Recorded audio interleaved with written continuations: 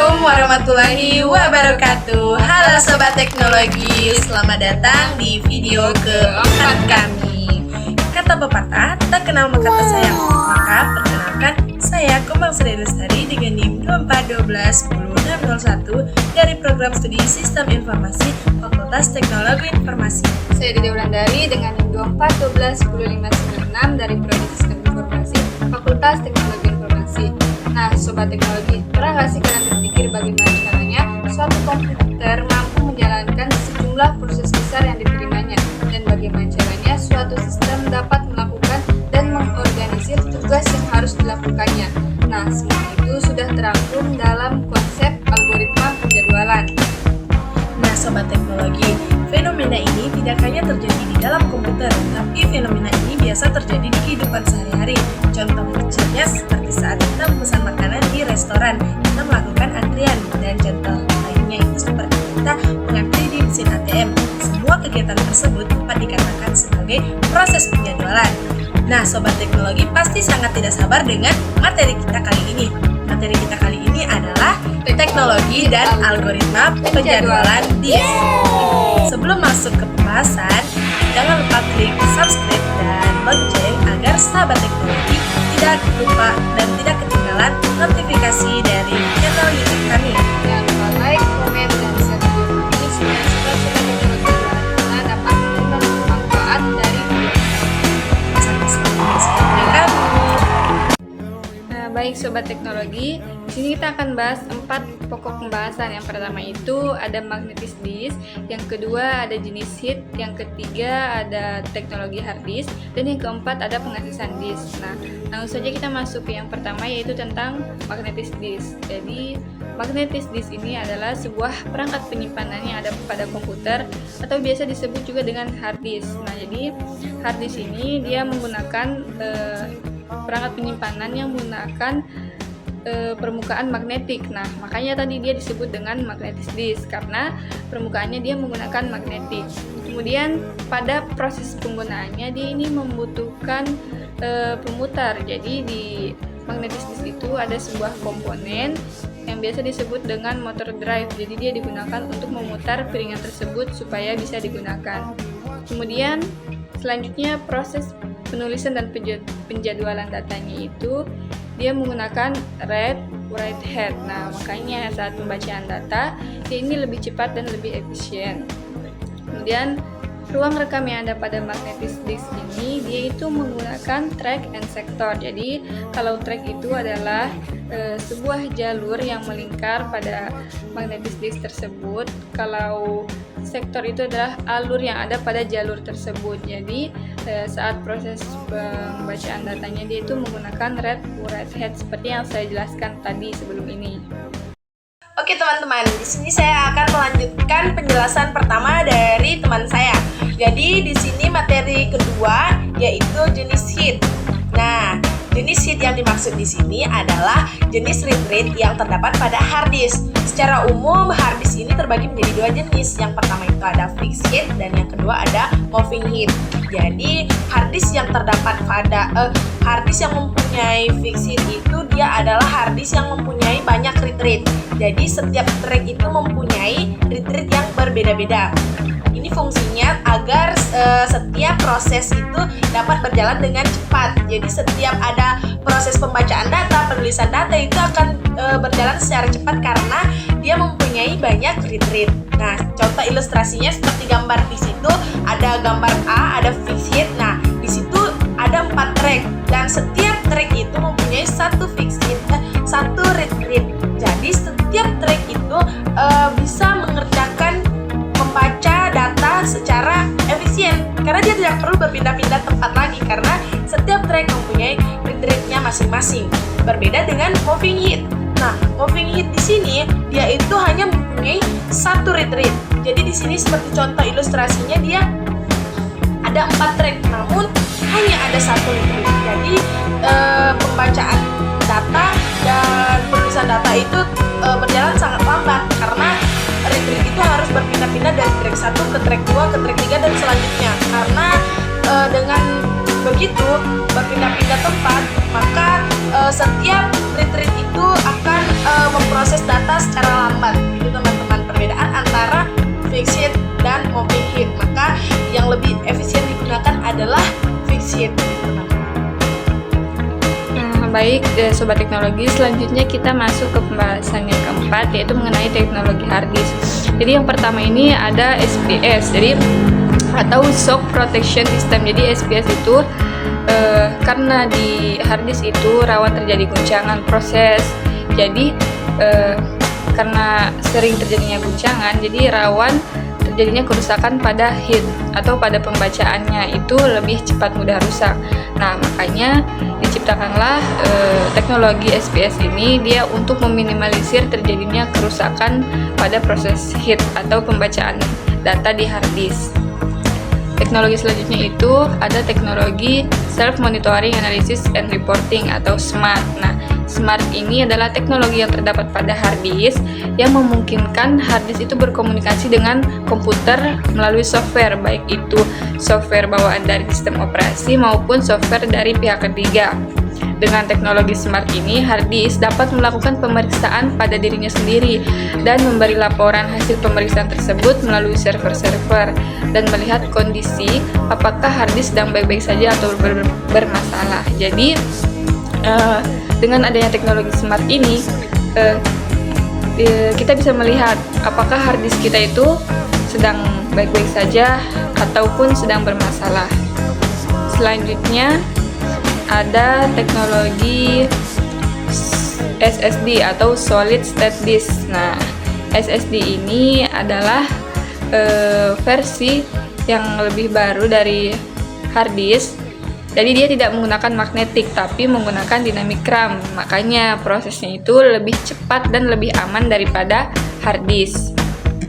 Selanjutnya teknologi magnetor system head. Jadi magnetor system head itu proses pembacaan read dan write-nya itu bisa dilakukan secara bersamaan. Jadi ini bisa menjadi lebih cepat, sahabat teknologi. Selanjutnya teknologi hard disk yaitu Partial Response Maximum Likelihood atau PRML. Nah, PRML ini adalah proses konversi data analog dengan cepat atau lebih canggih saat proses write. Selanjutnya ada teknologi hard disk, hot swap, dan plug and play. Nah, jadi hot swap dan plug and play ini adalah ketika kita menambahkan perangkat-perangkat pada komputer hardware itu langsung dipasang ya. Jadi makanya namanya hot swap and plug and play. Jadi dia itu saat dipasangkan perangkat itu dipasang secara langsung.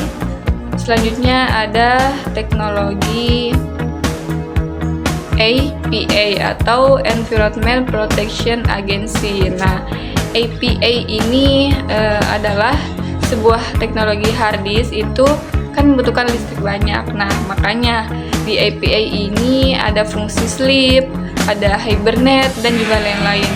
Nah, APA ini teknologi yang sangat bagus, teman-teman.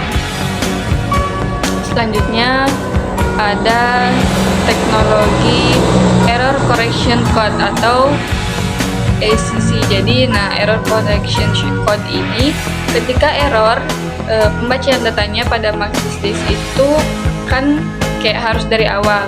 Nah, dengan adanya teknologi Error Correction Code ini, itu kita bisa melakukan perbaikan tanpa membaca data dari awal semua. Jadi hanya yang bagian errornya saja. Nah, ini memungkinkan proses itu menjadi lebih cepat. Selanjutnya ada teknologi hard disk auto transfer. Nah, jadi auto transfer itu adalah salah satu cara dari hard disk itu ke memori ketika mentransfer data itu baca dan tulisnya itu bisa secara bersamaan. Jadi teks sudah punya teks write secara pisah, jadi dia bisa dilakukan secara bersamaan. Setiap ada kayak misalkan mau write, kemudian dia ini akan membagikan perintah instruksi dan CPU akan memproses switch. CPU itu akan men-switch semua perintah transfer dengan cepat. Makanya dia ini teknologi yang sangat bagus karena ketika proses mentransfer itu dia bisa jadi lebih cepat. Baik teman-teman, kita kita sudah sampai di pokok pembahasan terakhir. Di mana pokok pembahasan terakhir ini adalah pengaksesan disk. Di mana pengaksesan disk itu ada 7 sub pembahasan. Jadi teman-teman, kita akan kulik dan kita akan bahas satu persatu di setiap sub-sub pembahasan ini. Nah, yang pertama itu pengaksesan disk PTPD. Pertama dilayani. Jadi algoritma ini yaitu menjelaskan bagaimana caranya algoritma ini berjalan. Seperti contoh di atas, seperti contoh pada ini PPT ini, diketahui disk mempunyai 100 track dengan nomor urut 0 sampai dengan 99. Nah, tracknya itu ada dari 0 sampai dengan 99. Dan antrian akses track dengan saat awal 50. Nah, track awalnya itu 50 teman-teman. Letak hit, read, write. Nah, berarti letak hit awalnya itu adalah 50 dengan antrian 13, 46, 65, 27 dan seterusnya. Nah, jadi di sini itu untuk mencari bagaimana cara perhitungan algoritma pada PTPD ini. Mari kita lihat contoh soal yang ini penyelesaiannya. Nah, jadi contoh PTPD ini pertama dilayani. Jadi tadi yang pertama tiba di antrian itu adalah 13. Jadi dari 50 kan track awalnya adalah 50. Jadi dari 50 ke 13. Kemudian dari 13 ke 46 karena track keduanya itu adalah antrian kedua adalah 46. Kemudian ke 65, kemudian ke 27 dan seterusnya sampai dengan angka 98 sampai dengan 7 teman-teman. Jadi antrian terakhir itu adalah 7. Itu adalah pertama tiba, pertama dilayani. Siapa yang duluan datang, dia duluan diakses. Kemudian yang kedua itu adalah algoritma pick up. Jadi algoritma pick up ini tidak jauh berbeda dengan algoritma PTPD tadi. Tapi yaitu algoritma pick up itu sama. Siapa duluan sampai, dia juga yang dilayani duluan. Tapi bedanya itu, contohnya seperti ini. Tadi hit awalnya adalah 50. Dan dari 50 itu mengakses yang pertama tiba tadi adalah 13. Nah, di sini yang setelah yang dilalui dari 50 ke 13 itu kan melalui angka 46, 27, 17 baru dapat 13. Nah, angka 17, 27, 46 ini tidak perlu diakses lagi karena untuk mengakses 13 kita itu sudah melewati melalui angka 17, 27 dan 46 ini. Jadi semua angka yang sudah dilewati itu di pick up. Nah, jadi tidak perlu diakses lagi. Kemudian setelah di angka 13 itu adalah angka 65. Dari angka 13 ke angka 65 ini kita tidak perlu lagi mengakses angka 52 dan 53 karena kita sudah melewati angka itu. Jadi angka 52 dan 53 itu langsung di pick up dan tidak perlu diakses lagi. Dan kemudian seterusnya sampai di angka 98. Jadi dari angka 65 ini ke 95, kemudian dari 95 ini ke angka 1. Angka 1 kan dari angka 279 itu sudah tidak perlu diakses lagi teman-teman karena sudah dilalui. Jadi sudah di pick up. Kemudian dari angka 1 itu langsung ke angka 98. Nah, itu teman-teman untuk di algoritma pick up. Kemudian di algoritma yang ketiga itu ada yang namanya algoritma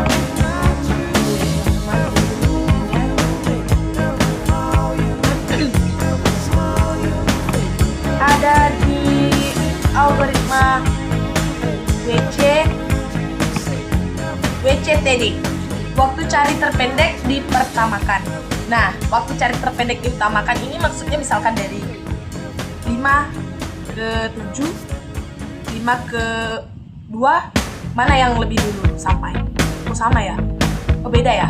5 ke 2 kan butuh 3 waktu, 5 ke 7 itu butuh 2. Jadi yang diutamakan adalah 5 ke 7. Nah, kita langsung lihat ke contoh soalnya teman-teman. Nah, contoh soalnya ini teman-teman WCTD. Jadi dari hit yang pertama itu kan 50.